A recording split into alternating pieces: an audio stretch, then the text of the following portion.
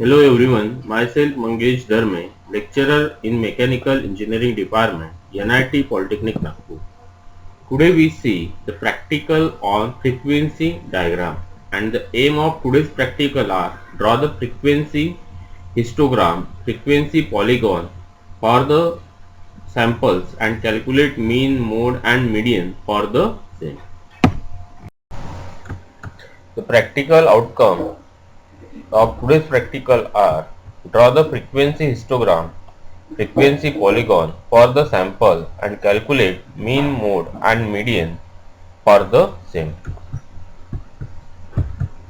The program outcome of today's practical are PO1, PO4, PO5, PO6, PO7 and program specific outcome is a PSO2. Now we see first what is meant by mean. तो mean क्या होता है? It is the average of all the values of sample. अगर sample की जो value है that is x1 x2 up to the xn, तो mean क्या रहेगा इसका, इस सभी वैल्यू का, that is x1 plus x2 plus x3 plus dash dash dash up to xn divide by number of samples, that is the mean. Then next is a mode. तो mode क्या होता है? It is the value that occur more frequently. For example 2 3 3 3 4 2 2 3 2. Here 2 and 3 occur more frequently. मतलब यहाँ पे 2 कितने बार आ रहा है? 4 बार, और 3 भी आ रहा है 4 बार. तो इसका मोड कितना रहेगा डाटा के लिए? 2 and 3 is a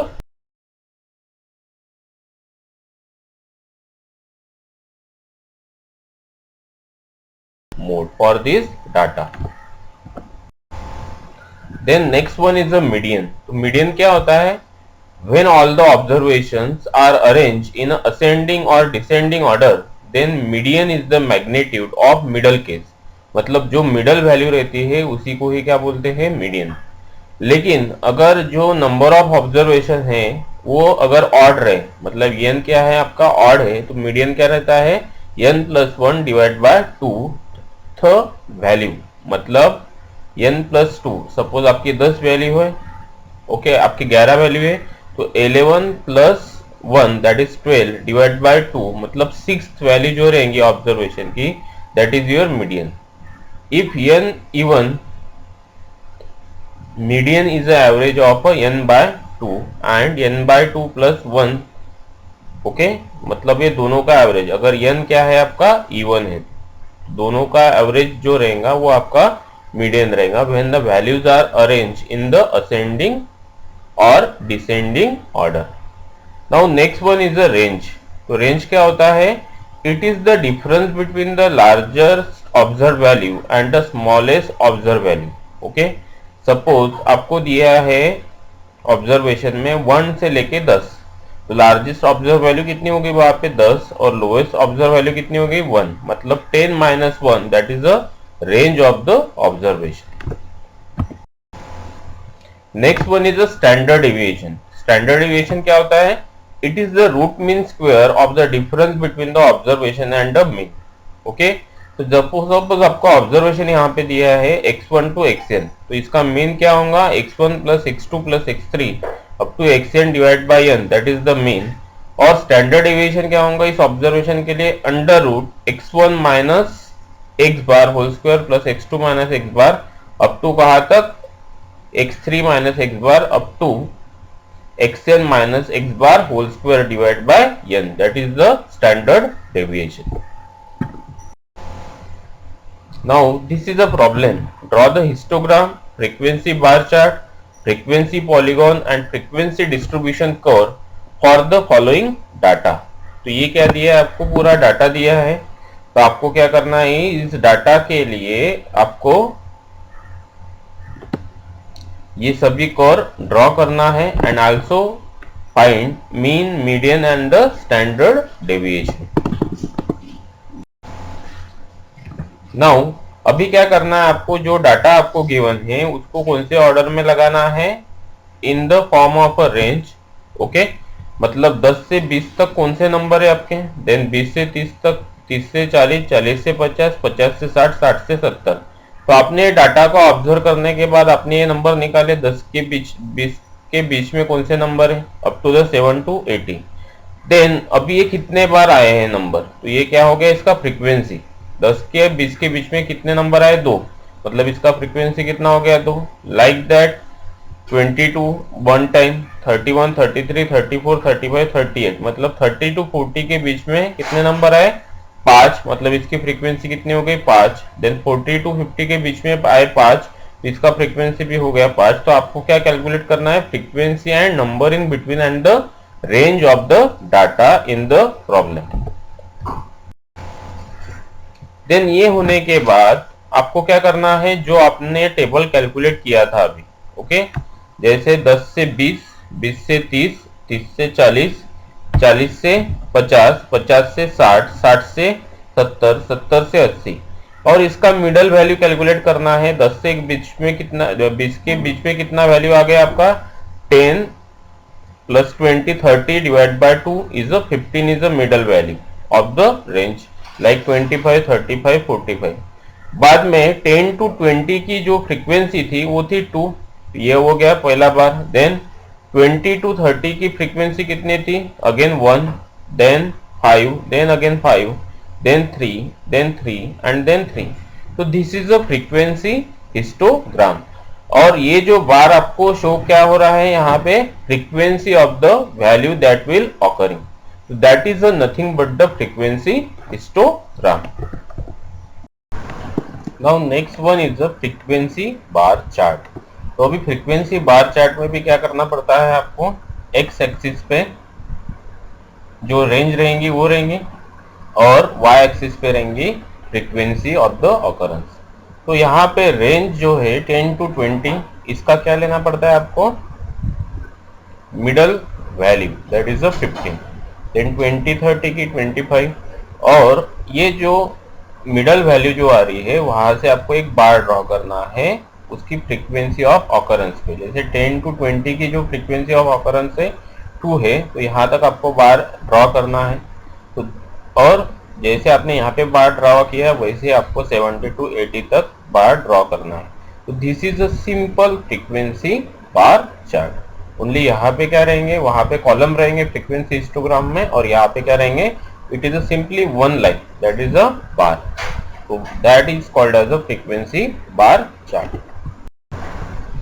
next one is a frequency distribution curve.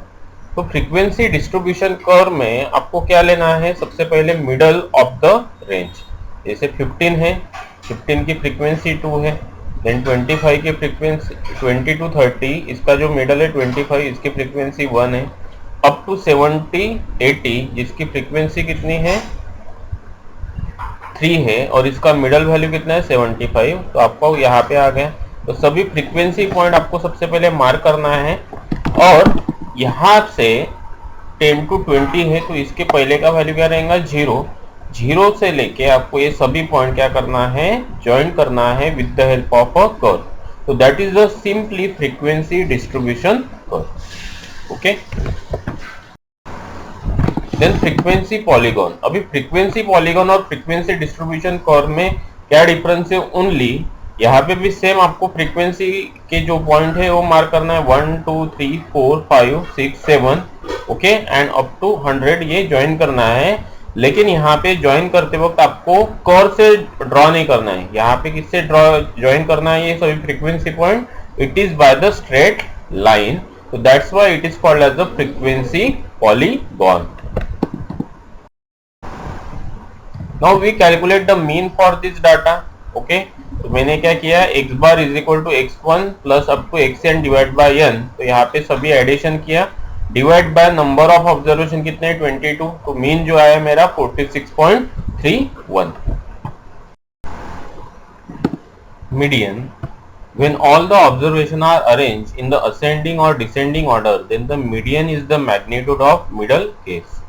For n is equal to odd, median जो रहता है कौन सी टर्म रहेंगे, n plus 1 divided by 2th value, and if n is even, median क्या रहता है, average of n by 2 plus n by 2 plus 1 जो term रहेंगी उसका average, that is a median.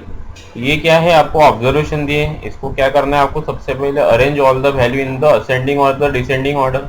तो मैंने ये सभी वैल्यू को क्या किया है, असेंडिंग ऑर्डर में अरेंज किया। तो यहाँ पे n क्या है आपका 22, hence median is the average of